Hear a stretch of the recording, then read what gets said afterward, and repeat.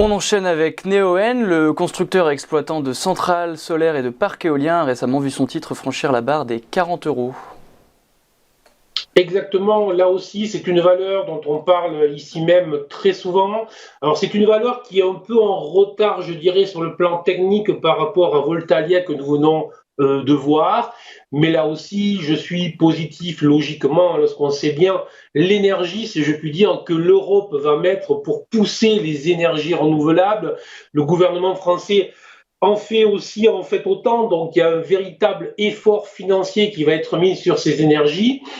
Ça l'était avant la crise, avant la guerre en Ukraine, et donc désormais, effectivement, on sait bien que ce sont des valeurs qui sont très intéressantes, puisqu'elles ont un avenir plutôt radieux. Mais attention, il y a eu quand même une période de doute, car on sait bien aussi que ce sont des valeurs qui vont devoir réaliser de gros et de lourds investissements.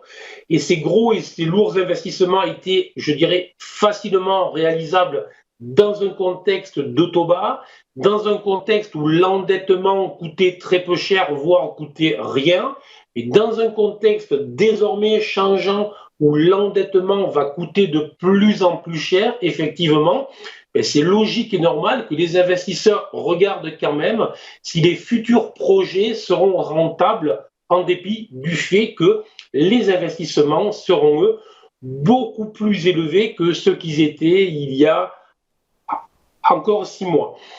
Et face à cette problématique, on a aussi notre problématique qui se pose, c'est qu'on a aussi la problématique des supply chains. Autrement dit, ça devient de plus en plus compliqué, même pour ces entreprises, même lorsqu'elles ont les financements, de trouver les produits pour aller construire les projets qu'elles mettent en fait en œuvre. Donc voilà, donc deux problématiques claires, d'où même si on est sur des dynamiques haussières, des blocages. Et là, très typiquement, on le voit bien avec Neoen, qui bloque en fait entre deux niveaux, 35 en support,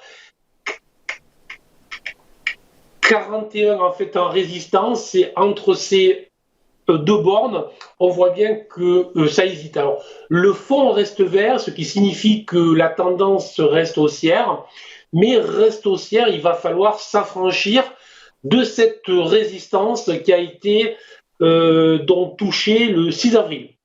Donc, tout simplement, je suis positif, mais là aussi, attention, il ne faudra pas revenir sous les 35 euros, sous ce support qui a été touché à 3 reprises désormais. Donc, plutôt positif sur ce titre. Là aussi, on est sur une des rares valeurs qui, sur le marché français, nous indique plutôt des achats.